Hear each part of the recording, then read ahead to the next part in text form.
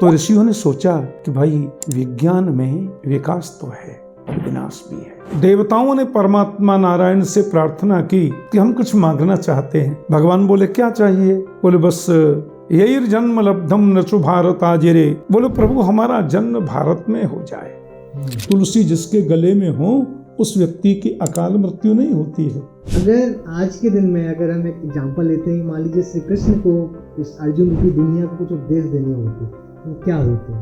भगवान की याद बनी रहे ये सुख है, भगवान को भूल जाए यही दुख है। यानी घटना प्रधान बात को जिसमें बताया जाए उसको इतिहास कहते हैं, और शिक्षा प्रधान बात जिसमें कही जाए उसको पुराण कहते हैं। जिसकी हर बात का उद्देश्य शिक्षा देना है वो पुराण है। भगवान की पूजा के लिए क्या मंदिर जाना जरूरी है? मर्यादा पुरुषोत्तम श्री राम और लीला पुरुषोत्तम श्री कृष्ण, इन दोनों के चरित्र से हमको बहुत शिक्षाएं प्राप्त होती हैं। तो भगवान ने बताया शास्त्र के अनुसार, वेद के अनुसार अपने जीवन को जो जीता है वो व्यक्ति मेरी दृष्टि में आदरणीय है। गोकुल में कृष्ण जब केवल 7 दिन के थे, 7 दिन के थे कृष्ण, जब उनको पूतना मारने गई,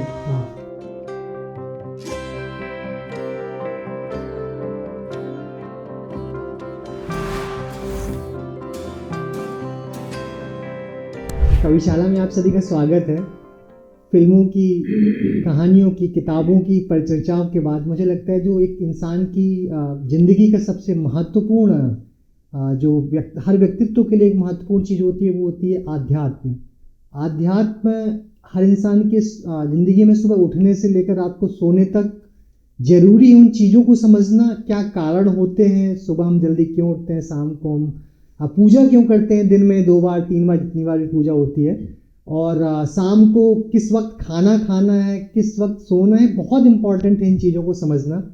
क्योंकि मैं खुद एक ऐसे ब्राह्मण परिवार से बिलोंग करता हूँ जहाँ पे 18 पुराण हुए, उसके बाद जो रोजाना की ज़िंदगी के सुबह किस टाइम उठना है, मैंने वो दिन भी देखे जब सुबह प्रभात फेरी हुआ करती थी।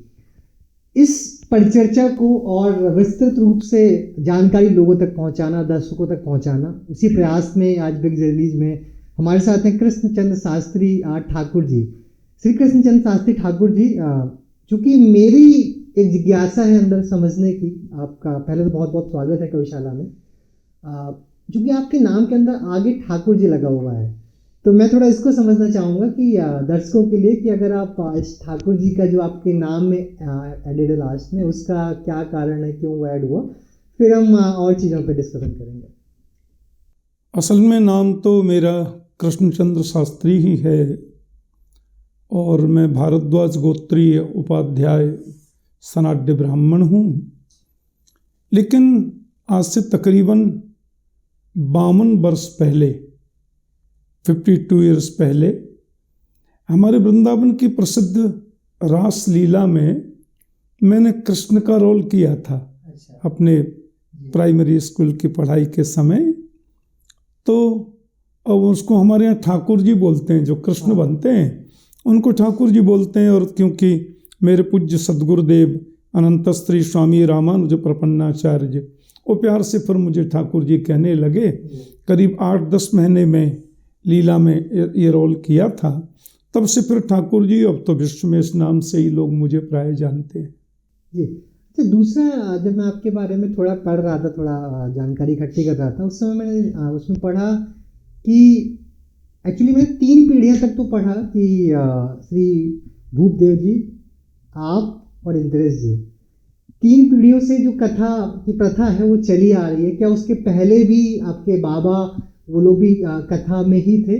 और क्योंकि इसको समझना इसलिए ज़रूरी है कि आजकल की जो पीढ़ियाँ होती हैं, जैसे हम लोग जहाँ से बिलोंग करते हैं, मान लीजिए हमारे बाबा या उस वाली पीढ़ी में अगर कोई कथावाचक है, व्यास जी की गद्दी पे बैठ रहा, लेकिन उनके जो लड़के हैं या फिर आगे उनकी जो पीढ़ी आई उसमें उनकी अभी भी हो रहा है कि उनको इंजीनियर्स बनना है, डॉक्टर्स बनना है, उस प्रथा को फॉलो करना है।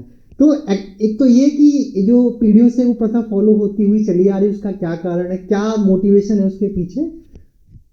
असल में क्या है कि मैं वृंदावन में जब बचपन में पढ़ता था, एकदम शिशु अवस्था से, और लीला में मैं कभी कभी ठाकुर जी बन जाता, तो वहाँ मेरे पूज्य सद्गुरुदेव अनंत श्री स्वामी रामानुज प्रपन्नाचार्य, जो उत्तर भारत के प्रकांड मनीषी बड़े तत्वज्ञ विद्वान थे, नैष्ठिक बाल ब्रह्मचारी थे, उन्होंने एक दिन मेरी रासलीला में वो आए और देख रहे थे, तो मैं कुछ व्याख्यान दे रहा था, तो उसमें संस्कृत के 2 एक श्लोक मैंने बोले थे, तो वो सुनकर के गुरुदेव बड़े प्रसन्न हुए और उन्होंने मेरे पूज्य पिताश्री पंडित श्री राम शरण उपाध्याय जी से कहा कि आपका बेटा है? बोले हाँ, यहाँ पढ़ता है और लीला में ठाकुर जी बनता है। तो बोले इसको आप मुझे दो, मैं इस बच्चे को पढ़ाऊँगा। और मुझे इनके संस्कृत उच्चारण की जो आभा है वो बड़ी अद्भुत लगी। तो फिर उन्होंने, मैं वृंदावन में तो रहता ही था, गुरुदेव ने फिर मुझे पढ़ाया। मेरे पूज्य बाबा पंडित भूपदेव जी उपाध्याय वो प्रवक्ता नहीं थे, वो प्रवचन नहीं करते थे, वो तो बहुत बड़े आयुर्वेदाचार्य थे। और उनको हकीम जी के नाम से लोग जानते थे। अच्छा। हमारे वृंदावन के माट क्षेत्र में, और तो बड़े विद्वान थे आयुर्वेद के।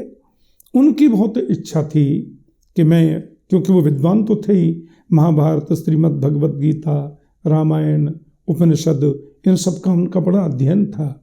तो वो मुझे बचपन में कथाएं सुनाते थे, कहानियां सुनाते।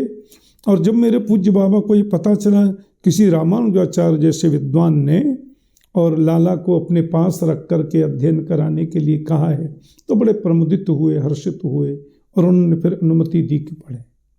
मुझे लगता है कि जो हम लोग पढ़ते हैं या हम लोगों की जानकारी में होती हैं, वो किताबें होती हैं आध्यात्म को पढ़ने के लिए। रामायण पढ़ लीजिए, महाभारत पढ़ लीजिए, वेदों को पढ़ लीजिए। क्या यही किताबें हैं जो आध्यात्म या ईश्वर का व्याख्यान कर सकती हैं, या कुछ और किताबें? आपने किस तरह की किताबें फॉलो की, किस तरीके की किताबों को पढ़ा?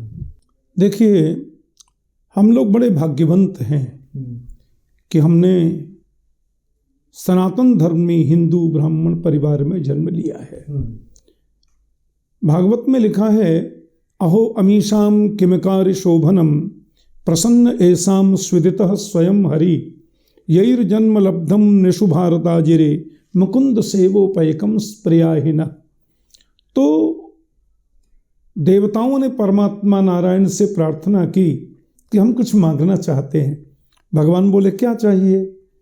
बोले बस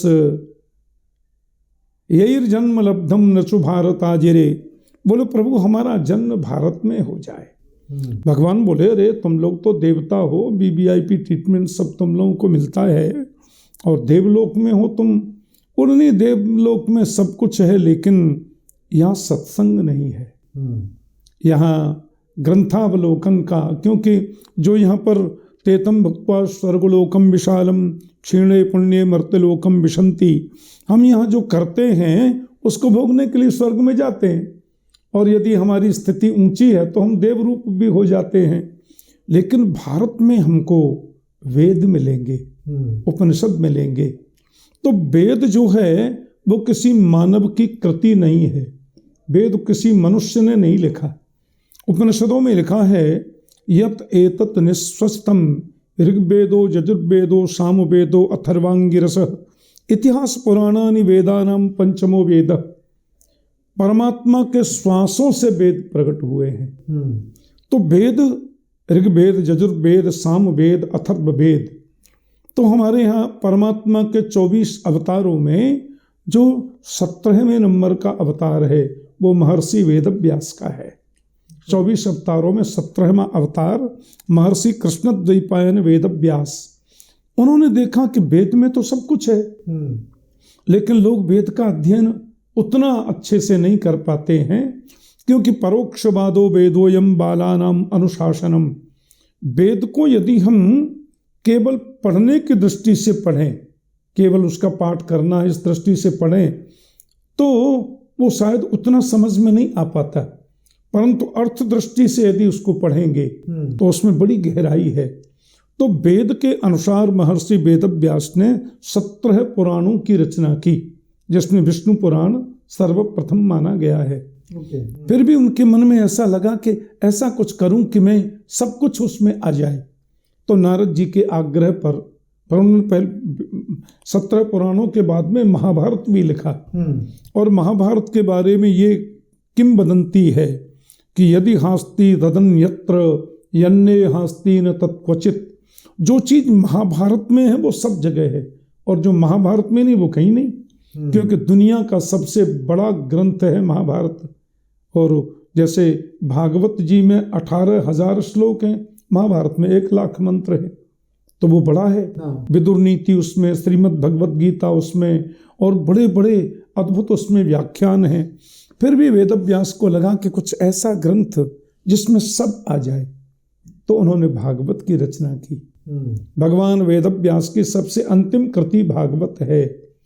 तो भागवत में सब कुछ उन्होंने किया है, बल्कि मैं कहूँगा श्रीमद् भगवत गीता जी का बृहत भाष्य भागवत है। फिर भागवत के आधार पर अनेक ग्रंथ महापुरुषों ने रचे। महाभारत के एक एक श्लोक पर एक एक ग्रंथों की रचना महापुरुषों ने की, क्योंकि वेदोपनिषदाम सारा जाता भागवती कथा अत्युत्तमा प्रथम भूता पृथक भूता फलाकृति। वेद और उपनिषदों का सार श्रीमद् भागवत है। तो भागवत हम लोग पढ़ें, परंतु मुझे ऐसा भी लगता है श्रीमद् भगवत गीता भी, गीता उपनिषद है ना, गीतोपनिषद उसको बोलते हैं, उसमें भी सब कुछ विद्यमान है। फिर अनेक ग्रंथ उनके आधार पर महापुरुषों ने, कवियों ने, मनीषियों ने लिखे हैं। उनके अध्ययन से हमको वेदों का सार पता चलता है। वेदों के मंत्रों की बृहत व्याख्या कथानकों के माध्यम से इन पुराणों में की गई है। बिल्कुल। अच्छा, आपने श्लोकों की बात की, अगर जीवन का सार, आपने इतने सारे श्लोक पढ़े हैं, जीवन का सार किसी श्लोक में हो, वो आपको दर्शकों के करके उसकी व्याख्या के साथ आपको बताना हो, तो कौन सा एक श्लोक होगा जो पूरे जीवन की व्याख्या करता है? भगवान वेदव्यास ने जब 18 पुराणों की रचना कर दी, श्रीमद् भगवत गीता जैसा रत्न भी लिख दिया, यही प्रश्न लोगों ने उनसे पूछा, धर्म का सार क्या है, धर्म किसे कहते हैं? तो वेदव्यास जी बोले, धारणा धर्म मित्याहु धर्मो धारयति प्रजा। धारण करने का नाम धर्म है। धारण करना क्या है? हम कैसे रहें, कैसे सोए, कैसे जगें, कैसे हमारी मनोदशा हो, कैसी हमारी दिनचर्या हो। और वेदों ने जिस प्रकार से एक जीने की शैली बताई, उस जीने की शैली को हम लोगों के मनु महाराज ने, हम लोग मानव हैं ना, तो मनोजातः मानव, मनु महाराज हमारे संविधान के निर्माता हैं, अध्यात्म संविधान के निर्माता। तो मनु महाराज ने जीने की कलाओं को बताया है। तो लोगों से कहा, फिर उसको सार में आप बताएं। हम ये जानना चाहें कि धर्म का, जीने का सार क्या है, उसको आप एक श्लोक में कहें तो क्या कहेंगे? तो भगवान वेदव्यास ने कहा है कि श्रूयताम धर्म सर्वस्वम श्रुत्वा चैवावधार्यताम आत्मनः प्रतिकूलानि परेशान न समाचरेत। बोले जीने का सार और धर्म का तत्व मैं बताता हूं, वो एक ही है कि जो बात हम अपने व्यवहार में नहीं चाहते, अपने जीवन में अपने साथ जो व्यवहार हम नहीं चाहते, अपने प्रतिकूल जो बात हमको लगती है, वो परेशान न समाचरेत, दूसरे के साथ में न करें। हमें कोई सुई चुभोता है, तकलीफ होती है ना, हम किसी को क्यों चुभोएं? हम नहीं चाहते कि हमसे कोई ऊंची आवाज में बोले, हम नहीं चाहते कि हमसे कोई दुर्व्यवहार करे, हमसे कोई अपशब्द बोले, तो हम किसी से क्यों बोले? व्यासस्य वचनद्वयम् परोपकार पुण्याय पापाय परपीड़नम्। यही जीवन का सार है और यही धर्म का सार है, यही धर्म का मूल है। व्यास जी ने बताया, आत्मनः प्रतिकूलानि परेशान न समाचरेत। जो बात हम अपने लिए जीवन में नहीं चाहते, वो दूसरे के साथ नहीं करें, यही सार है जीने का। बिल्कुल। अच्छा, अगर आज के दिन में जिस तरीके से आज बहुत सारी चीज़ें चेंज होती जा रही हैं, हम तकनीकी रूप से बहुत आगे चलते चले जा रहे हैं, बहुत सारी चीज़ें फेल हो रही हैं, सिस्टम फेल है, लोग परेशान हैं, बहुत अच्छी चीज़ें भी, बहुत बुरी चीज़ें भी हैं। अगर आज के दिन में अगर हम एक एग्जांपल लेते हैं, मान लीजिए श्री कृष्ण को इस अर्जुन रूपी दुनिया को कुछ उपदेश देने होते तो वो क्या होते? देखिए, पहले प्रश्न का जवाब तो ये है, हम जब ये कहते हैं कि बहुत कुछ बदल गया, बहुत कुछ परिवर्तित हो गया, मैं इसको इस रूप में देखता हूँ कि कुछ भी बदलता नहीं है, लौट के आता है, लौट के आता है। आज से 5000 वर्ष पहले जैसा विज्ञान था वो विज्ञान अब नहीं है। वायव्यास्त्र, पाशुपतास्त्र, आग्नेयास्त्र, ब्रह्मास्त्र, ये न्यूक्लियर बम जिसको बोलते हैं ब्रह्मास्त्र तो है ही। आज से 25 लाख वर्ष पहले महर्षि कर्दम ने हवाई जहाज बनाया था, 25 लाख वर्ष पहले, ऐसा शास्त्र में वर्णन आता है। और वो इतना विचित्र था, मंत्र विज्ञान से चलता है, उसमें तेल की जरूरत ही नहीं, ऑटोमेटिक, कंप्यूटराइज पूरा। आज से 5173 वर्ष पहले जब महाभारत युद्ध हो गया, क्योंकि हमारे इतिहास में 3 युद्ध हुए हैं। पहला युद्ध हुआ देवासुर संग्राम, जिसमें काली बनी थी और भगवान शिव के क्रोध को शांत करने के लिए। तो दूसरा संग्राम हुआ राम रावण योर युद्धे राम रावण योरिव, वाल्मीकि रामायण में बड़ा विशद वर्णन है। और तीसरा युद्ध हुआ महाभारत, कौरव पांडवों का युद्ध। और इन तीनों ही युद्ध में परमाणु अस्त्रों का प्रयोग हुआ है, ऐसे ऐसे अस्त्रों का। तो हमारे ऋषियों ने 5173 वर्ष पहले सोचा, ऋषि माने वैज्ञानिक, जो रिसर्च करे उसको ऋषि कहते हैं। तो ऋषियों ने सोचा कि भाई विज्ञान में विकास तो है पर विनाश भी है, इसलिए उन्होंने स्टॉप लगाया। इतिहास प्रमाण है कि नहीं, प्रकृति से जुड़ करके हम चलें तो ही कल्याण संभव है, तो ही कल्याण संभव होगा। इसलिए उन्होंने इस पर स्टॉप लगाया और फिर हम प्रकृति से एकदम जुड़ करके चलने लगे। तकरीबन 125 वर्ष पहले फिर सुगबुगाहट शुरू हो गई।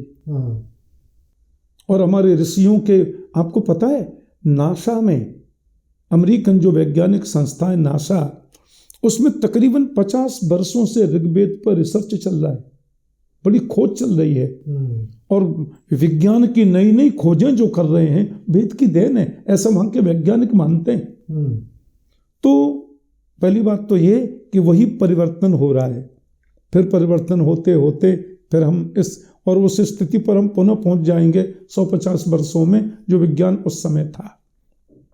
दूसरी बात, भगवान श्री कृष्ण ने जो अर्जुन को उपदेश किया वो आज प्रासंगिक है। हमारे पुराणों में जो कुछ भी कहा गया है वो प्राचीन नहीं है। पुराण का मतलब क्या होता है?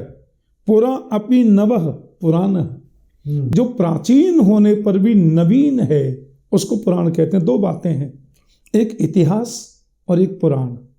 इतिहास पुराणानि वेदानाम पंचमो वेद। तो इतिहास का मतलब होता है इति ह स्फुटम आस, इतिहास, यानी घटना प्रधान बात को जिसमें बताया जाए उसको इतिहास कहते हैं। और शिक्षा प्रधान बात जिसमें कही जाए उसको पुराण कहते हैं। जिसकी हर बात का उद्देश्य शिक्षा देना है वो पुराण है। तो भगवान श्री कृष्ण ने श्रीमद् भगवत गीता में जो उपदेश दिया एकदम आधुनिक है, एकदम आज के विज्ञान और आज के व्यवहार से मेल खाता है। बल्कि मैं कहूँगा आज के आधुनिकता से भी ज़्यादा आधुनिक है। भगवान गीता में कहते हैं, जो आज के लिए प्रासंगिक है, कि तस्मात् सर्वेषु कालेषु माम अनुस्मर युध्यच।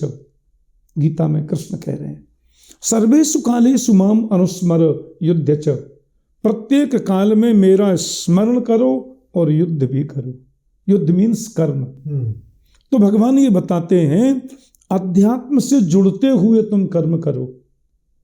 हम केवल दिन भर भगवान का नाम ही जपेंगे, केवल भक्ति करेंगे, केवल अध्यात्म से जुड़े रहेंगे तो कर्म सफल नहीं होगा।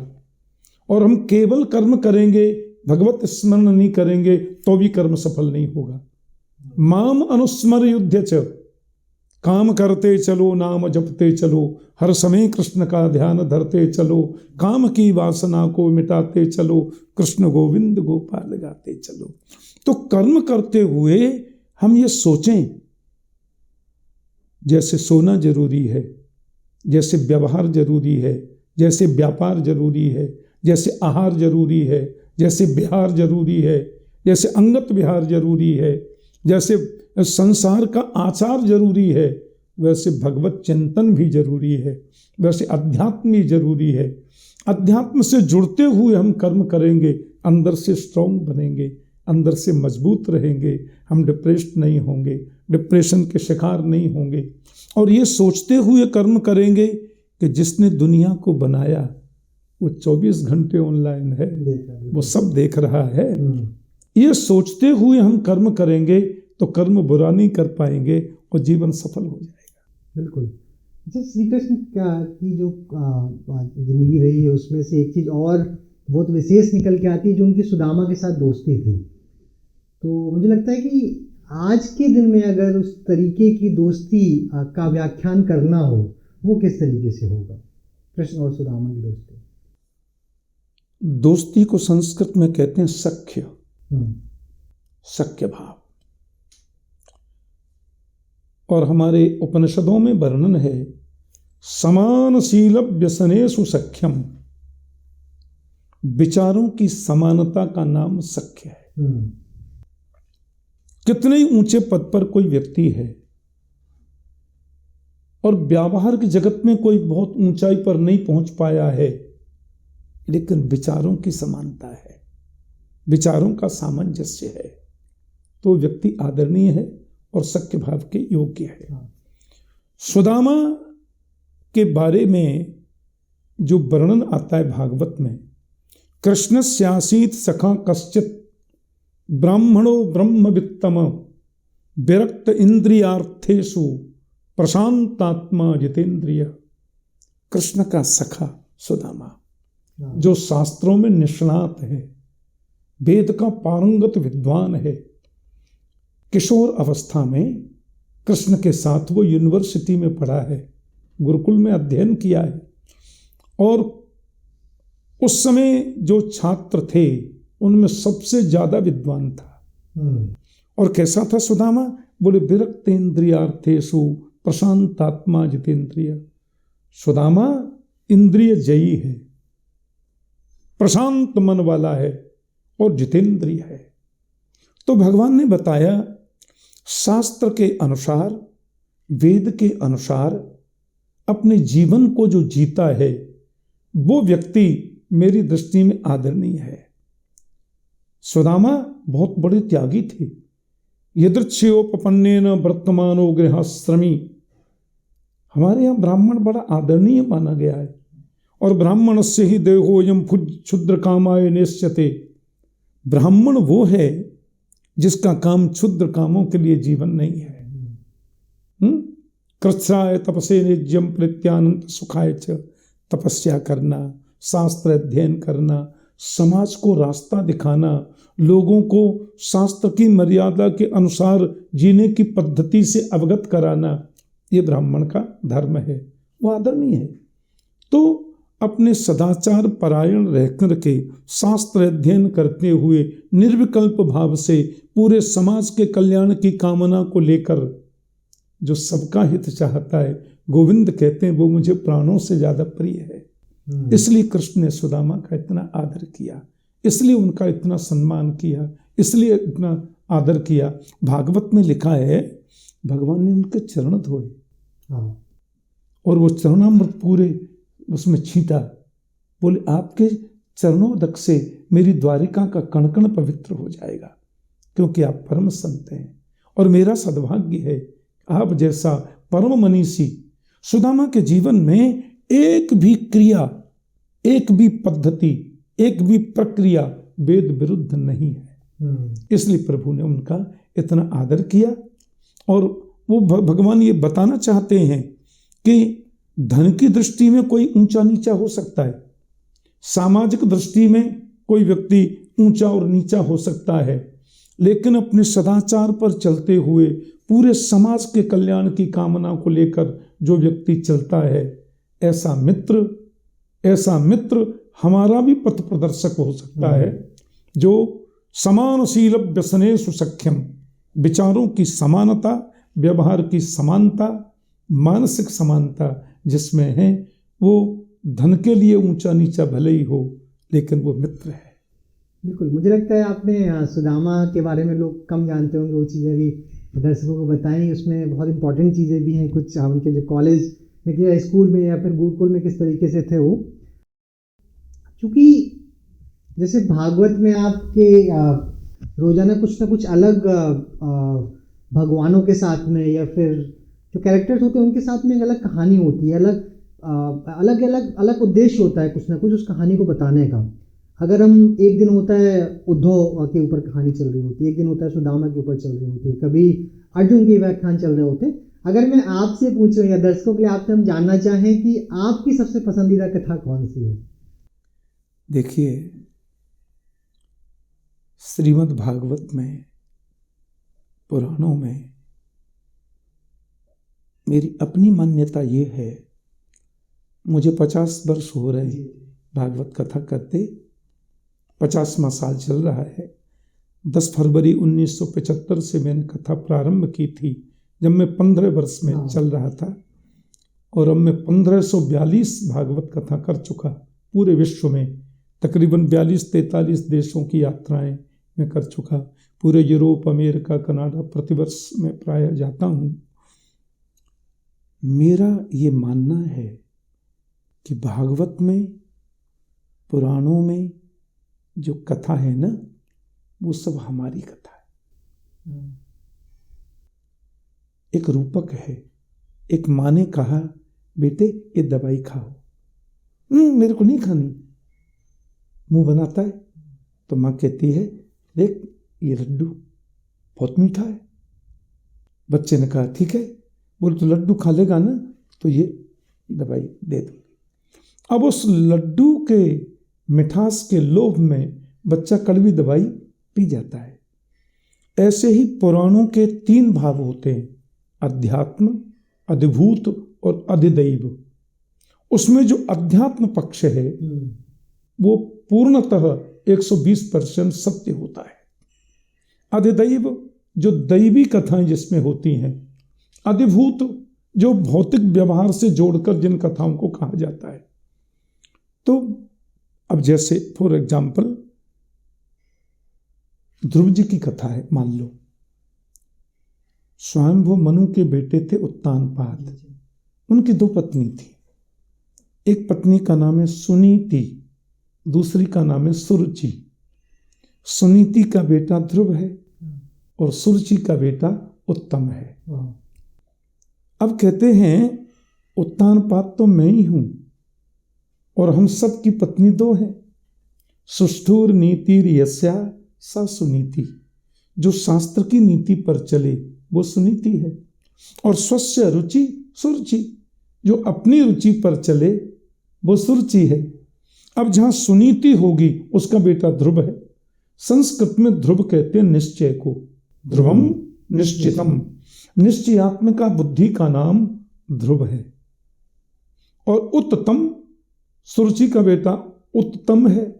उत्तम के 2 अर्थ हैं, एक तो श्रेष्ठ और एक उत्तम, तमोगुण की पराकाष्ठा। तो जहां सुरुचि होगी वहां तमोगुण होगा, और जहां ध्रुव है वहां परमात्मा प्राप्ति होगी।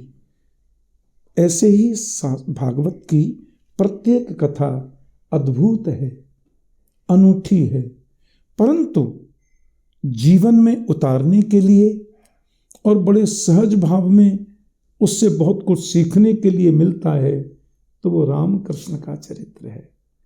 मर्यादा पुरुषोत्तम श्री राम और लीला पुरुषोत्तम श्री कृष्ण, इन दोनों के चरित्र से हमको बहुत शिक्षाएं प्राप्त होती हैं। जैसे मैं 2 मिनट में बताऊं? बिल्कुल बिल्कुल। भागवत में एक श्लोक आता है, हासम हरे रमनता खिललोक तीव्र शोकास्त्रसागर विशोषण मृत्युदारम सम्मोहनाय रचितम निजमायास्य भ्रूमंडलम मुनकृते मकरध्वजस्य।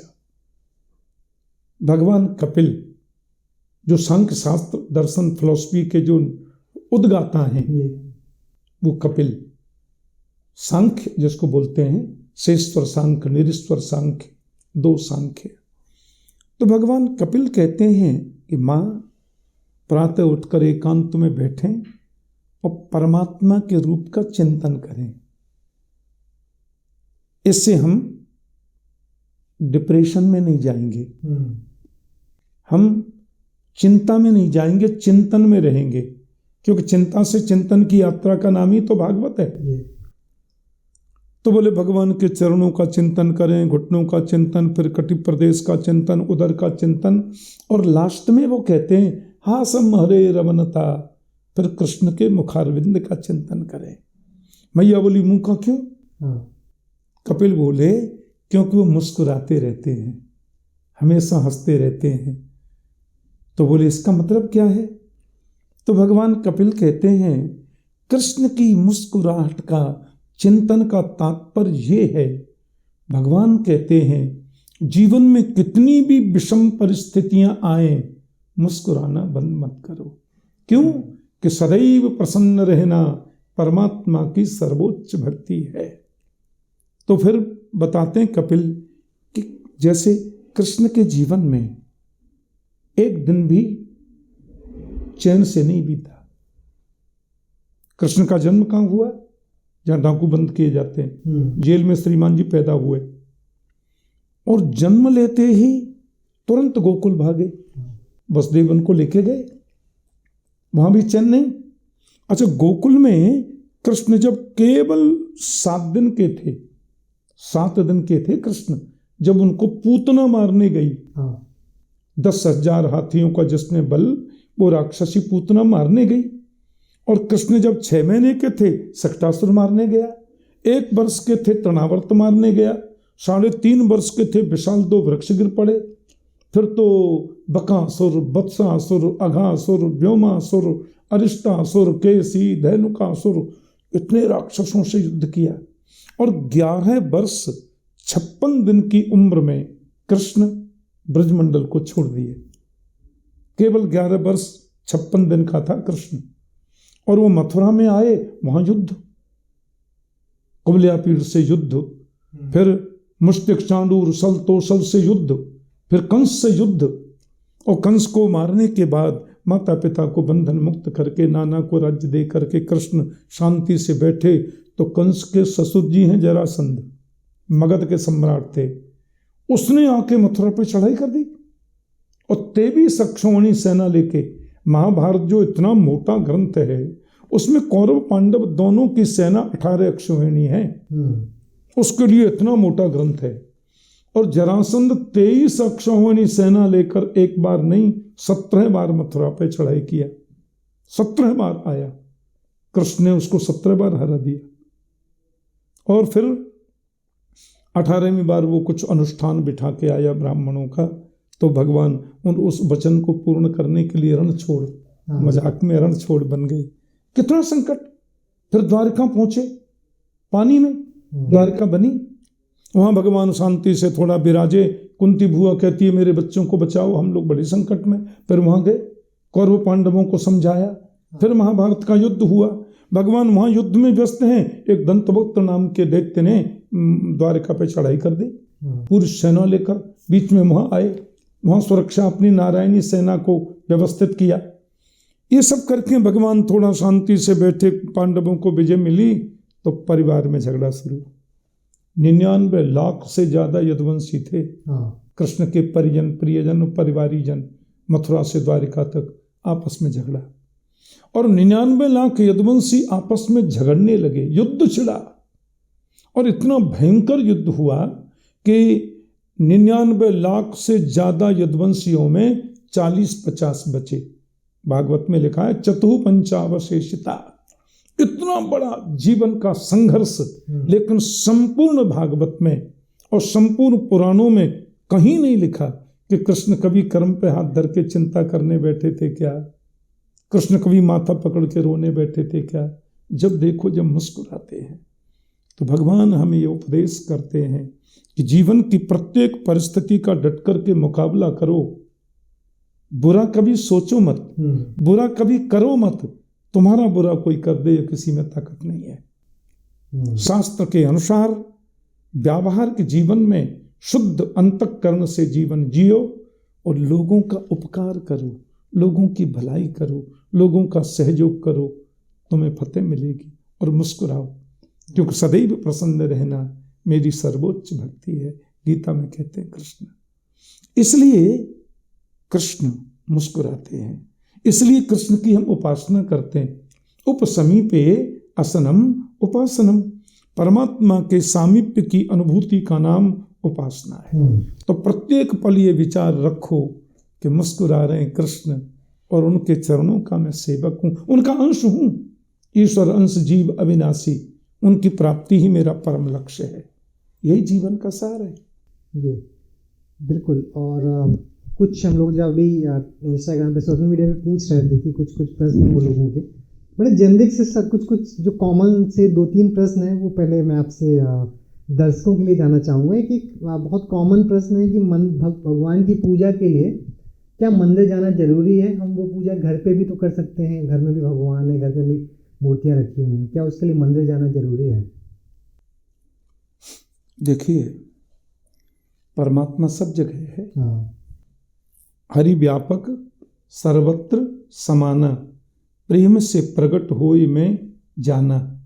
सब जगह है ना भगवान। जैसे हवा पवन सब जगह है। हम 24 घंटे ऑक्सीजन लेते हैं, श्वास लेते हैं, वो हवा ही तो है। चल रही है। मैं तो रास्ते में जा रहा था, गाड़ी पंचर हो गई, मेरी गाड़ी पंचर हो गई। अब मैं क्या करूं? हे हवा आ जाओ, मेरे टायर में चली जाओ। हे हवा, हे पवन देवता। ऐसे तो नहीं होगा, उसके लिए तुमको हवा भरने वाले सेंटर पे जाना पड़ेगा। तो परमात्मा सर्वत्र व्याप्त है, सब जगह है, सब जगह वो विद्यमान है। फिर भी सेंटर तो है ही है ना, मंदिर। वो भगवान की उपासना का एक विचित्र और पवित्र स्थल है।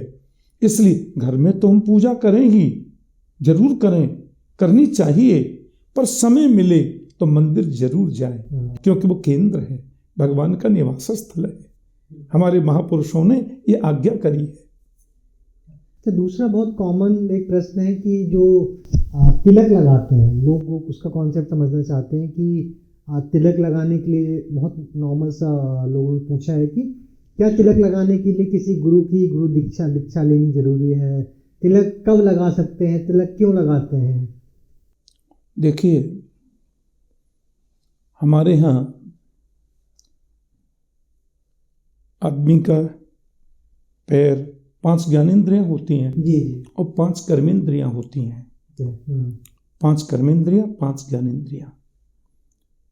5 कर्मेंद्रियों में 2 हाथ हैं, पैर हैं, एक चमड़ी है, इसको त्वगेंद्रिय बोलते हैं। और नहीं, मुख है, मुख है, और 2 उपस्थ इंद्रिय हैं। ये हो गई 5 कर्मेंद्रियां। 5 होती हैं ज्ञानेंद्रियां, और 5 ज्ञानेंद्रियां 12x12 इंची के बीच में ही हैं। 5 ज्ञानेंद्रियां। पहली है चक्षु, चक्षु इंद्रिय। दूसरी है श्रवणेंद्रिय, कान। तीसरी है घ्राणेंद्रिय, नासिका। चौथी है रसनेंद्रिय, रसना। देखो, मुख है कर्मेंद्रिय और जीभ है ज्ञानेंद्रिय, और 5वीं है त्वगेंद्रिय, चमड़ी। ये 5 ज्ञानेंद्रिय होती हैं। और ये ज्ञानेंद्रिय 5 यही है 12x12 इंची के बीच में, हो गई ना 5 यहीं पर।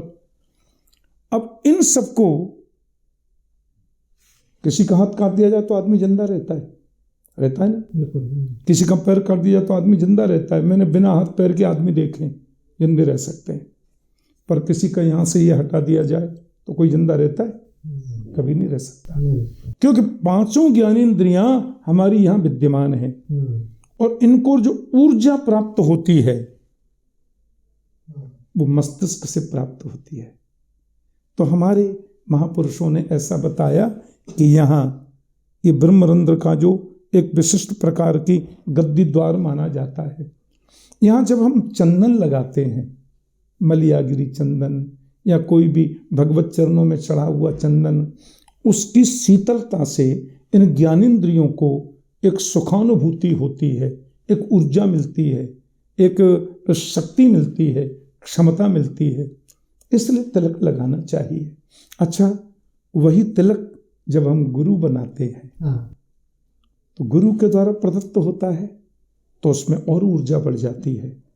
जैसे राम नाम तो पुस्तकों में लिखा है, जी जी, ओम नमो भगवते वासुदेवा सब ग्रंथों में लिखा है, पर वही मंत्र जब गुरु के द्वारा प्रदत्त होता है, गुरु के द्वारा प्राप्त होता है, तो उसमें ऊर्जा बढ़ जाती है। क्यों? कि गुरु ने उस मंत्र को जपा, उनके गुरु ने उस मंत्र को जपा, तो पका पकाया हलवा मिल गया ना हमको। ऐसे ही एक तिलक लगाने की पद्धति जो गुरुजनों के माध्यम से हमको प्राप्त होती है, तो उसमें ऊर्जा ज़्यादा रहती है, उसमें उनका आशीर्वाद रूप प्राप्त होता है। इसलिए नहीं तो गुरु नहीं, अब गुरु तो हम, एक माता ने मेरे से पूछा कि हम गुरु किसको बनाएं। मैंने कहा तुम तो हनुमान जी को गुरु जी बना लो। जय जय जय हनुमान गोसाई, कृपा करो गुरुदेव की नाई। और वो भी नहीं मिल रहे तो वसुदेव सुतम देवम कंस चांडूर मर्दनम देवकी परमानंदम कृष्णम वंदे जगत गुरु। कृष्ण जगत गुरु है, उनको गुरु मनाओ। जैसे अर्जुन गीता में कहते हैं, पितासि लोकस्य चराचरस्य त्वमश्च पूज्यश्च गुरोर गरीयान। आप तो कोई गुरु मिले तो अच्छा है, नहीं तो जगत गुरु कृष्ण के चरणों में चंदन समर्पित करके उसको उनके आशीर्वाद के रूप में लगाइए, ऊर्जा मिलेगी, आशीर्वाद मिलेगा। लगाना चाहिए, नहीं लगाएं तो कोई दोष नहीं है, पर लगाने से लाभ है। आप एक अगला प्रश्न यही था जो लोगों ने पूछा कि गुरु किसको बनाए, शायद आपने उसका उत्तर इसमें दे दिया। एक और कॉमन सा प्रश्न है कि तुलसी माला क्या क्या कॉन्सेप्ट है और कब पहनना चाहिए, क्या कोई विशेष विधि विधान होता है उसको पहनने के लिए, किस तरीके से और क्यों पहनना चाहिए तुलसी माला? कच्चित तुलसी कल्याणी गोविंद चरण प्रिय। श्रीमद् भागवत में तुलसी को गोपियों ने कल्याणी कहा है, ये कल्याण दात्री है। और जैसा हम लोग अपनी अल्प बुद्धि से शास्त्रों में पढ़ पाए हैं, उसमें लिखा है कि तुलसी में 1000 गुण हैं, 1000 से ज़्यादा गुण तुलसी में है। और हमारे यहाँ बता दिया ना कि बिना तुलसी के भोग नहीं लगता। आपके यहाँ रोटी है, चावल है, दाल है, पानी है, सब ये सब बनाया, उसमें एक एक पत्ता तुलसी का डालो, तो उसमें धार्मिक रूप से तो ये हो गया कि बिना तुलसी के भोग नहीं लगता। लेकिन उसका जो शारीरिक स्वस्थता के लिए जरूरी है कि 5 पत्ते रोज तुलसी के हमारे पेट में जाने चाहिए, तो कैंसर जैसा भयंकर रोग हमें देखना नहीं पड़ेगा। तुलसी में ये गुण होते हैं। फिर उसको इस रूप में भी बताया कि तुलसी यदि हम कंठ में धारण करें तो अकाल मृत्यु नहीं होती। अकाल मृत्यु हरणम सर्वव्याधि विनाशनम, ऐसा महापुरुषों की मान्यता है कि तुलसी जिसके गले में हो उस व्यक्ति की अकाल मृत्यु नहीं होती है। तो तुलसी गले में रखें, हमेशा पहन के रखें। अब यहाँ 2 बातें हैं वैष्णवों में। जो रामानुज संप्रदाय के महावैष्णव लोग हैं, महापुरुष, वो कहते हैं कि तुलसी हमेशा धारण करो, पर जब स्नान करें तो तुलसी की माला को उतार दें। अच्छा, क्योंकि तुलसी जब हम स्नान करते हैं तो तुलसी वंदनीय है, उसको छूते हुए पानी हमारे पैरों में होकर नाली में जाता है, तो तुलसी माता का जल पानी में नाली में क्यों जाए। इसलिए जो विशिष्टाद्वैतावलंबी हमारे रामानुज संस्कृति के संत हैं, वो कहते हैं कि इसलिए तुलसी स्नान के समय उतार दें या अशुद्ध अवस्था में नहीं पहने। लेकिन अन्य जो वैष्णव हैं वो कहते हैं नहीं, तुलसी कभी अशुद्ध नहीं होती है, तुलसी को तो हमेशा धारण करके रखो। तो हमेशा भी धारण करके रखें, क्योंकि दोनों ही पद्धति में तुलसी की महिमा और उसके आदर का व्याख्यान है। तो तुलसी 24 घंटे पहन के धारण करके रखें, कोई दोष नहीं, हमेशा उसको धारण करें। क्योंकि तुलसी जो है वो अपवित्र होती नहीं, अपवित्रता को दूर करती है, अपवित्रता को मिटाती है। तो व्यक्ति को तुलसी पहननी चाहिए। दूसरी बात, तुलसी धारण करने से व्यक्ति प्योर वेजिटेरियन हो जाता है। ओके। ऐसा एक महापुरुष तो मुझे बता रहे थे कि हाथ में यदि जैसे तुलसी की माला है ना, हम लोग ये रखते हैं और इसमें जपते हैं, तो मैंने कहा बाबा तुलसी माला हमेशा हाथ में रखने से क्या फ़ायदा? तो उन्होंने मुझसे कहा ठाकुर जी, तुलसी की माला यदि एक हाथ में होगी तो दूसरे हाथ में वो सिगरेट आने नहीं देगी, वो बीड़ी आने नहीं देगी, फिर उसमें आप शराब नहीं ले सकते। तो धीरे धीरे व्यक्ति तुलसी के स्पर्श से परिवर्तित हो जाता है, उसका जीवन एक सात्विक मानवीय गुणों से समन्वित जीवन उसका हो जाता है। इसलिए तुलसी बहुत आदरणीय है, तुलसी धारण करनी चाहिए। बिल्कुल।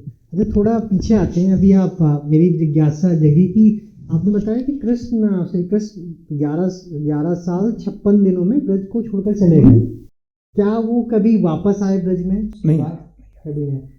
मैंने शायद ग्रंथों को जितना पढ़ा है, जितनी जानकारी है, किसी भी एक जगह से जाने के बाद, जैसे गोकुल भी वापस आए हुए एक बार जाने के बाद गोकुल नहीं आए वापस।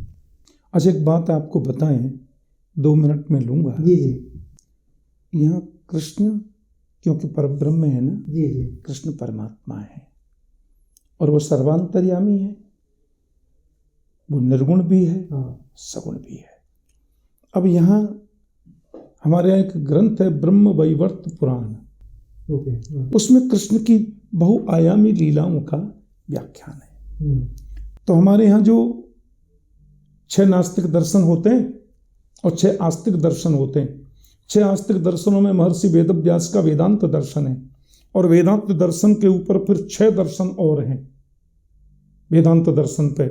उसमें है शंकराचार्य का अद्वैत दर्शन, माध्वाचार्य का द्वैत दर्शन, रामानुजाचार्य का विशिष्टाद्वैत दर्शन है जी, वल्लभाचार्य का शुद्धाद्वैत दर्शन, निम्बार्काचार्य का द्वैताद्वैत दर्शन और चैतन्य महाप्रभु का अचिंत्य भेदाभेदवाद दर्शन।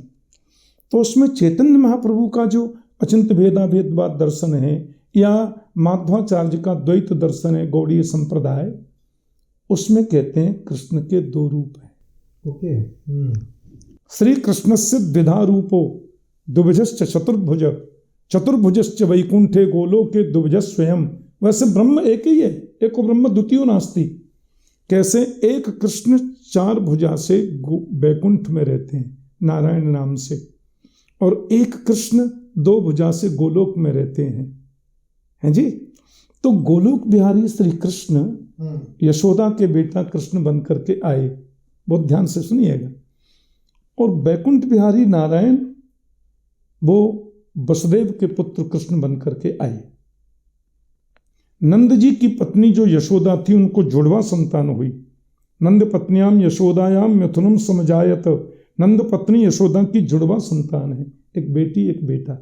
जब वसुदेव जी के यहाँ कृष्ण हुआ, भगवान ने कहा मुझे लेके गोकुल पहुंचाना, वो लेकर के आए तो देखा यशोदा की बगल में तो 2 बच्चे हैं, एक बेटी एक बेटा। तो अपने कृष्ण को ऐसे करने लगे तो वसुदेव नंदन कृष्ण नंद नंदन कृष्ण में मिलके एक हो गए। अब यहाँ ब्रज में जितनी भी माधुर्य लीला की हैं वो सब नंद नंदन कृष्ण ने की है, ऐसी एक भावना है, एक मान्यता है। और जितनी ऐश्वर्य की लीलाएं की हैं, राक्षसों का उद्धार और ये वो सब देवकी नंदन कृष्ण ने की हैं।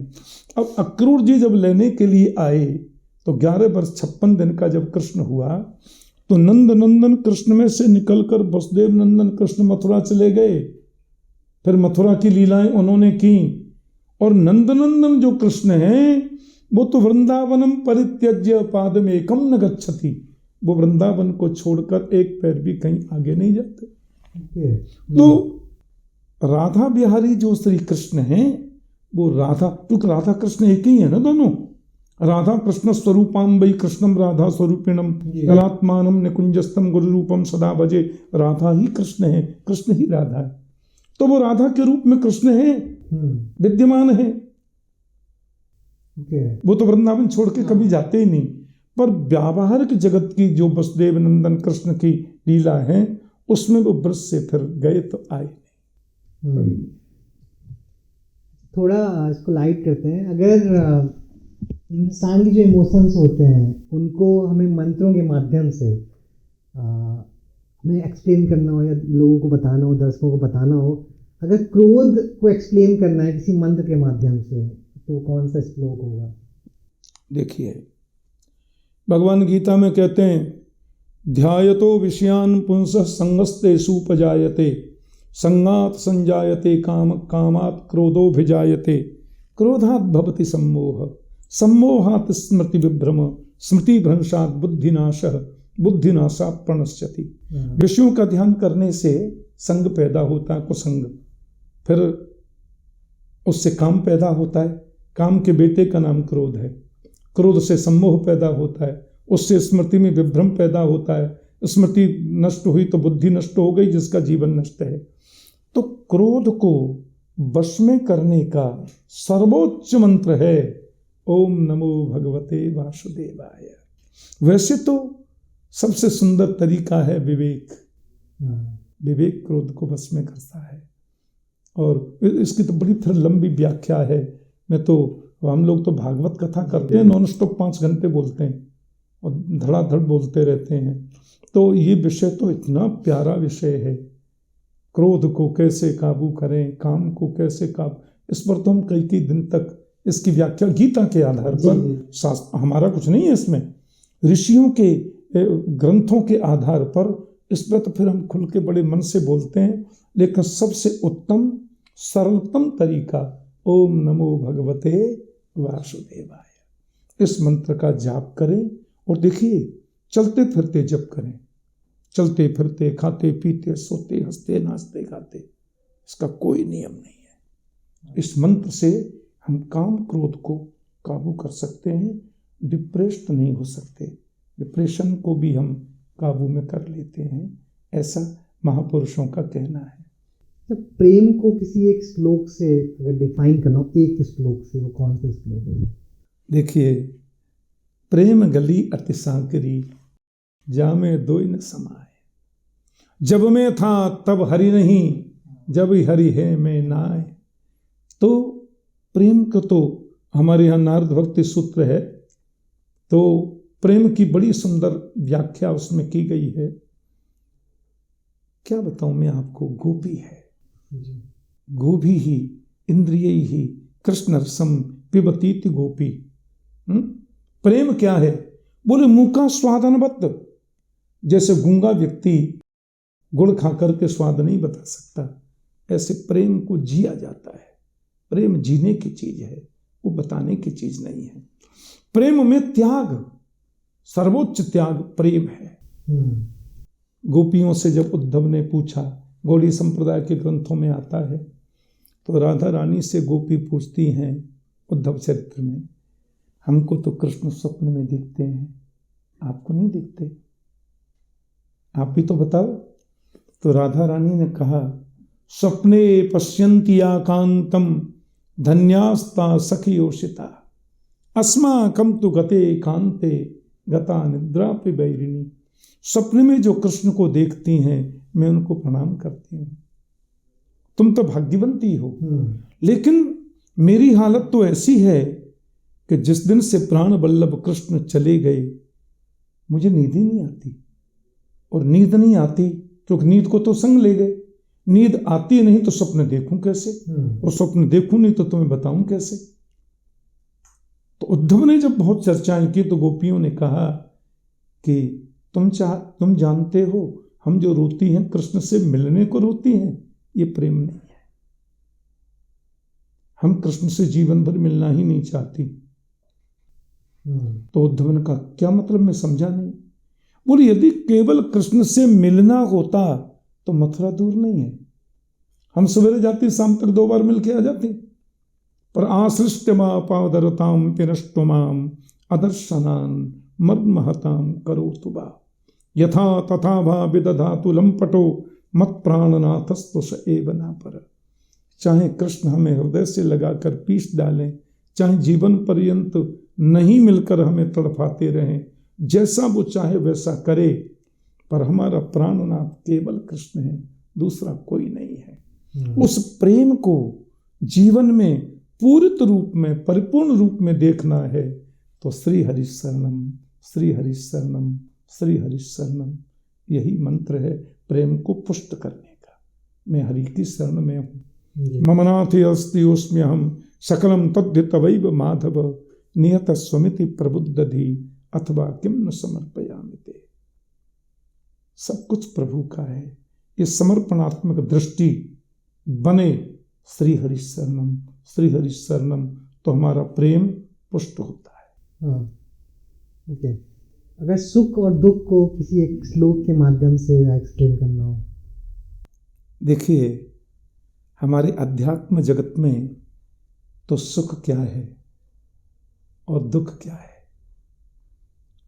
शास्त्रों में लिखा है विपदो नैव विपदः संपदो नैव संपदः विपत् विस्मरणं विष्णोः संपत् नारायण स्मृति। शास्त्रों ने कहा विपत्ति को विपत्ति नहीं कहते, दुख को दुख नहीं कहते, सुख को सुख नहीं कहते। भगवान को भूल जाना ही सबसे बड़ा दुख है और भगवान की याद बने रहना ही सबसे बड़ा सुख है। रामायण में हनुमान जी कह रहे हैं सुंदरकांड में, कहा हनुमंत विपत्ति प्रभु सोई जब तब सुमिरन भजन न हुई। हनुमान जी ने कहा जीवन का वही सबसे बड़ा दुख है जब जीव तुमको भूल जाए, तुम्हारा सुमिरन भूल जाए।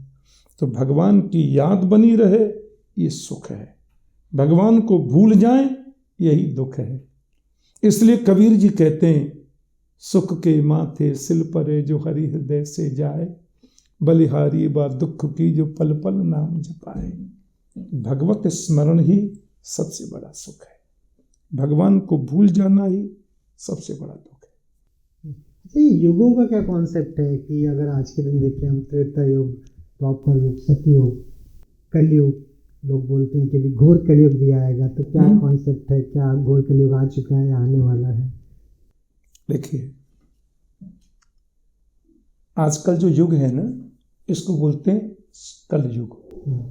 इसकी उम्र है 4,32,000 वर्ष की। इसके पहले था द्वापर, वो है 8,64,000 वर्ष का। उसके पहले है त्रेता, वो है 12,96,000 वर्ष का।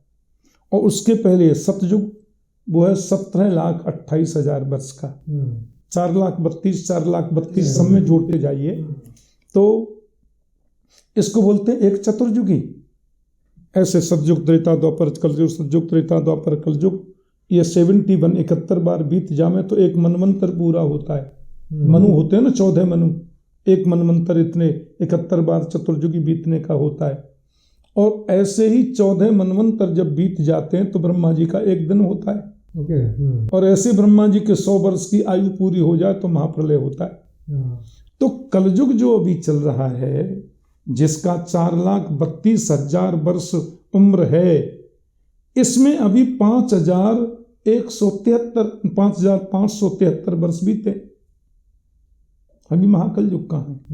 तब तक तो कितना ह्रास होगा, कितना उठेंगे, कितने बिगड़ेंगे, कितने बनेंगे। और जब महाकलयुग 4,31,000 वर्ष से कुछ आगे जब जाएगा तब कल की अवतार होगा 24वां। तब फिर उसके बाद ऐसा पुराणों में लिखा है, भागवत में लिखा है। जी। अच्छा, भगवान से कब और क्या कैसे मांगना चाहिए? एक बात बताऊं, भगवान से कुछ नहीं मांगना चाहिए। भागवत में तो लिखा है किसी कामना से की जाने वाली भक्ति और किसी डर से की जाने वाली भक्ति उत्तम क्वालिटी की है ही नहीं। भगवान तो सब जानते हैं ना, ऐश्वर्यस्य समग्रस्य वीर्यस्य यशस्त्रिय ज्ञान वैराग्य योच्चैव खंडाम भगे इतिर्जते। तो भागवत में लिखा है भगवान से यदि कुछ मांगेंगे तो धोखे में रहेंगे और घाटे में रहेंगे, क्योंकि मांगा तो उससे जाता है ना जिसको मालूम नहीं मुझे क्या चाहिए। और जो घट घट में वास करता है भगवान है, उसको मालूम नहीं मेरी जरूरत क्या है। तो मांगेंगे तो शायद उतना ही मिलेगा जितना मांगा है, और भक्ति करेंगे मांगेंगे नहीं तो वो मिलेगा जो हम सोच भी नहीं सकते। इसलिए भगवान से कुछ मांगने की आवश्यकता नहीं है, वो भगवान में उसको सब पता है। हाँ, तो फिर मांगना शब्द बना क्यों? जब मांगना मना है तो मांगना बना क्यों? बोले भगवान से सद्बुद्धि मांगो, भगवान से सद्विचार मांगो, ताके युगपद कमल मनावहूं, जासु कृपा निर्मल मति पावहूं। हम लोग छोटे थे ना, प्राइमरी में पढ़ते थे तो एक प्रार्थना पढ़ाई जाती थी, हे प्रभु आनंद दाता ज्ञान हमको दीजिए, शीघ्र सारे दुर्गुणों को दूर हमसे। ये मांगना है भगवान से, सद्बुद्धि सद्विचार, तुम्हारी याद, और जितना बन सके हम लोगों का सहयोग कर सकें, क्योंकि सब में तुम बैठे हो। यही मांगना, और क्या मांगना, यही मांगना चाहिए। और ये भी ना मांगे सब भगवान पर ही छोड़ दें, वो तो सबसे ऊंची बात है। एक चीज़ और होती है कि जो इंसान है वो जीवन की समस्याओं को लेकर हमेशा व्यथित रहता है, हमेशा सोचता रहता है कि जीवन का आखिरी गोल क्या होना चाहिए। तो जो इस आई थिंक आपके पास भी जो भागवत में लोग प्रश्न पूछते होंगे तो इस तरीके के प्रश्न आते होंगे, क्या होना चाहिए आखिरी गोल इंसान की ज़िंदगी को जीने का? देखो, परमात्मा ने हमको मानव जन्म दिया है, तो हमें प्रियव्रत बनना चाहिए। प्रिय माने अच्छा, और व्रत माने प्रतिज्ञा। अपने जीवन में सुंदर प्रतिज्ञा, सवेरे उठें, प्रभु आज एक नेक काम हम करें, एक अच्छा काम करें। परोपकाराय सताम विभूतयः, ऐसा शास्त्रों में लिखा है। परोपकार करें। भगवान ने हमें बुद्धि दी है, तो ये लगे कि ये बुद्धिमान कम है तो उसको बुद्धि सहयोग कर दे। भगवान ने हमको बल प्रदान किया है तो निर्बलों की सहायता कर दे। भगवान ने हमको धन प्रदान किया है तो भीख न दें, किसी को भीख नहीं दें, उसको गले से लगाएं और कहें चलो स्कूल में पढ़ो। ये उम्र मांगने की नहीं होती, और भगवान ने दिया है उसकी फीस की व्यवस्था करें, उसके आवास की व्यवस्था करें, उसको अच्छा पढ़ाएं, उत्तम नागरिक बनाएं, तो हम प्रियव्रत हो जाते हैं। तो मानवता परहित बस जिनके मन माही, तिन कहूँ जग दुर्लभ कछु नाही। पराये के हित की भावना, दूसरे का सहयोग करने की भावना, 10 को खिलाकर खाने की स्थिति, ऐसी स्थिति हमारी आ जाए तो हम महामानव होते हैं। भीख नहीं दें, किसी निर्बल को दुर्बल को भीख नहीं दें, उसको अपने जैसा बनाएं, ये मेरे जैसा बने, मेरे जैसा धनवान बने, और उसके लिए क्या प्रक्रियाएं हैं उसमें सहयोग करें।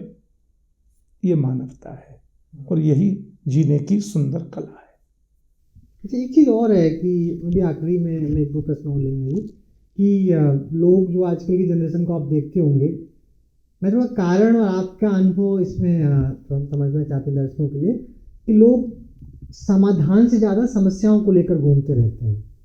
लोग समस्याएं, हो सकता है उस जो एक समस्या उसका समाधान उनके साथ होता है, फिर भी उस पर ध्यान नहीं देते क्योंकि समस्याओं को अपने ऊपर हावी होने देते हैं। इस एक तो ये, दूसरा जो इमोशंस होते हैं उनको कंट्रोल करने के लिए, दोनों चीज़ों में भागवत किस तरीके से या कथा किस तरीके से हेल्पफुल होती है एक इंडिविजुअल के लिए? नाभुक्तम क्षीयते कर्म जन्म कोटि सतैरपि, अवश्यम एव भुक्तव्यम कृतम कर्म शुभाशुभम। समस्या का जन्मदाता हम स्वयं हैं, मनुष्य स्वयं है, और समस्या को जन्म देने वाला जो व्यक्ति है उस समस्या का भोक्ता भी बन जाता है। समस्या हमने जन्मी ना, तो उसका भोग भी हम ही करेंगे, तो उसका समाधान भी हम ही कर सकते हैं। समाधान भी हमको ही खोजना पड़ेगा। समाधान जब भी हुआ, जिसको भी हुआ, अंदर से हुआ, कभी बाहर से नहीं होता। कोई भी समस्या जब जीवन में आती है, मैं भागवत के आधार पर कह रहा हूं, आप एकांत में बैठिए और अपने आप से पूछिए कि मुझे क्या करना चाहिए। ईश्वर सर्वभूतानां हृदय से अर्जुन तिष्ठति, प्राणी मात्र के हृदय में ईश्वर बैठा है। तो आप देखेंगे समाधान अंदर से आएगा। हम सत्संग में जाते हैं ना, समाधान तो अंदर है। सत्संग में जाने से, ग्रंथ पढ़ने से तो उसके ऊपर जो धूल जम गई है वो धूल हटानी पड़ती है खाली। समाधान तो अंदर है। जिसको भी समाधान मिला अंदर से ही मिला, क्योंकि आत्मस्वरूप से प्रभु विद्यमान है अंदर, और उसके लिए चिंतन की आवश्यकता है। चिंता से चिंतन की यात्रा पर हम चलें, और जितना चिंतन हमारा ऊंचा बढ़ता जाएगा उतना ही समाधान अंदर से होता जाएगा।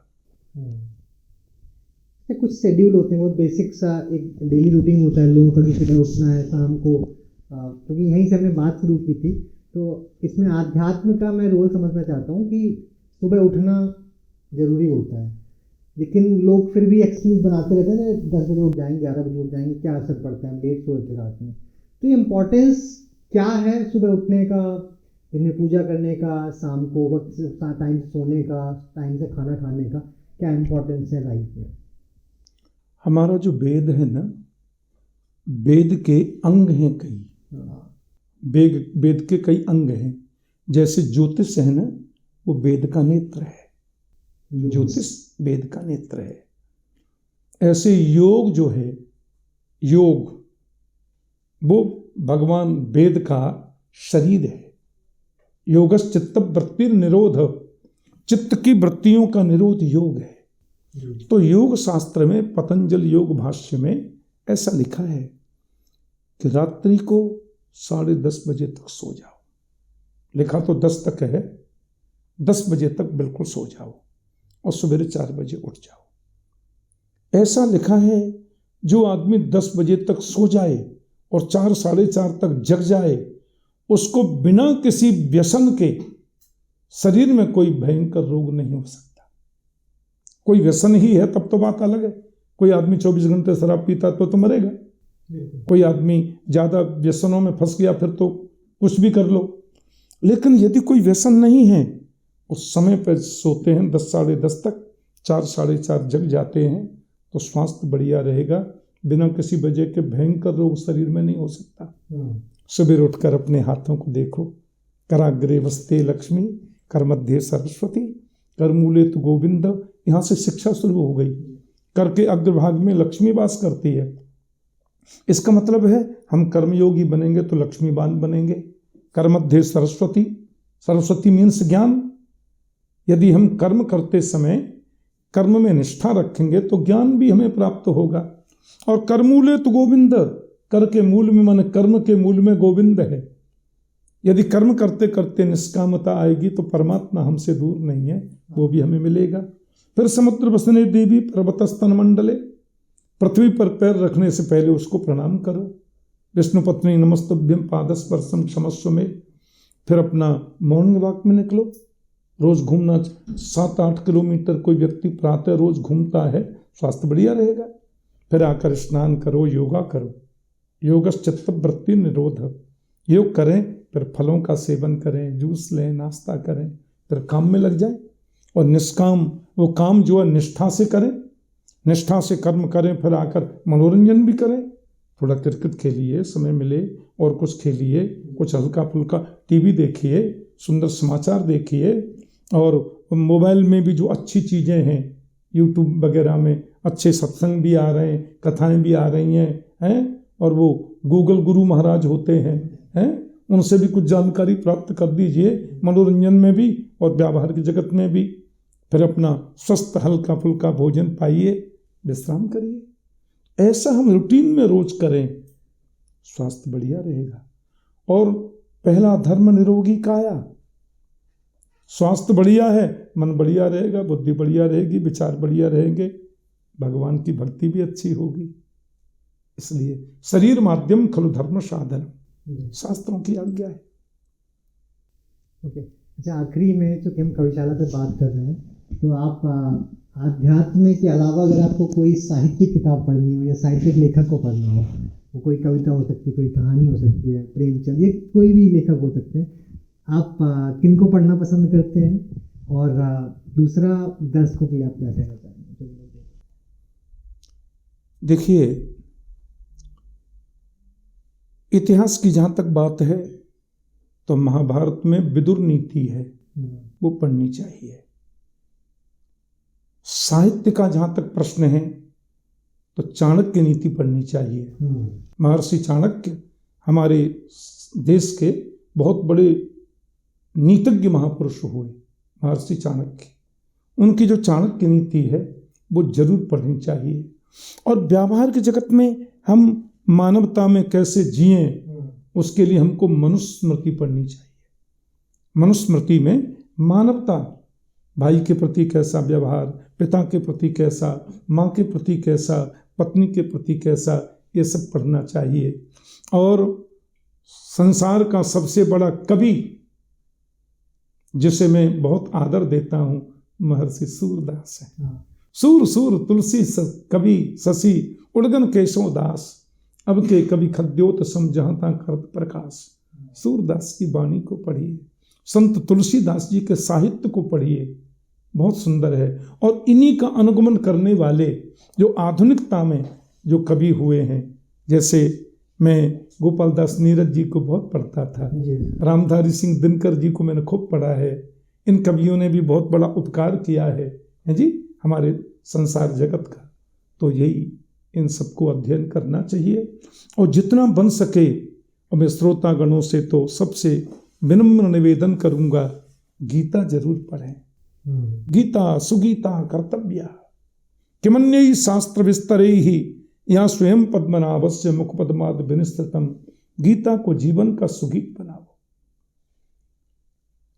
मैं कुआलालंपुर में एक बार कथा कर रहा था, मुस्लिम कंट्री है, एक मौलवी मेरी कथा सुनने आते थे। कुआलालंपुर में विष्णु मंदिर में कथा हो रही थी, सफेद दाढ़ी बड़े। एक दिन मुझसे मिलने आ गए, मैं 20 किलोमीटर दूर ठहरा था कहीं, मुझसे मिलने आ गए और मुझसे बोले, ठाकुर जी मैं भारत से हूँ, मेरे पूर्वज मुरादाबाद में थे, अभी 50 सालों से हम लोग कुआलालंपुर में, मेरे पिताजी आ गए थे, मैं मौलवी हूँ। पूरे गीता के 700 श्लोक मुझे कंठ याद हैं। और वो मौलवी मुझसे बोला, मैं प्योर वेजिटेरियन हूँ, और ठाकुर जी मैं ऐसा मानता हूँ कि मानव के जीवन की ऐसी कौन सी समस्या है जिसका श्रीमद् भगवत गीता 1.5 मिनट में समाधान न कर दे। किमन्यैः शास्त्र विस्तरैः, ये पद्मनाभ कृष्ण के मुख कमल से निस्तृत ग्रंथ है। एक अध्याय रोज गीता पढ़े, 18 दिन में पूरी हो जाएगी, जीवन दिव्य बन जाएगा। और सर्वे भवन्तु सुखिनः, सर्वे सन्तु निरामया, सर्वे भद्राणि पश्यन्तु, माँ कश्चित् दुःख भाग् भवेत्। जय श्री कृष्ण। बहुत धन्यवाद, बहुत अच्छी बातचीत हुई। जो भी दर्शक इसको देखेंगे, अध्यात्म से ईश्वर को किस तरीके से उनको स्मरण करना है, किस तरीके से उनको ध्यान करना है, इससे कुछ ना कुछ सीखने को जरूर मिलेगा। अपने इस बातचीत को एक बहुत सुंदर रूप से अपने विचारों को लोगों तक पहुँचाए, बहुत बहुत धन्यवाद आप सबका भी।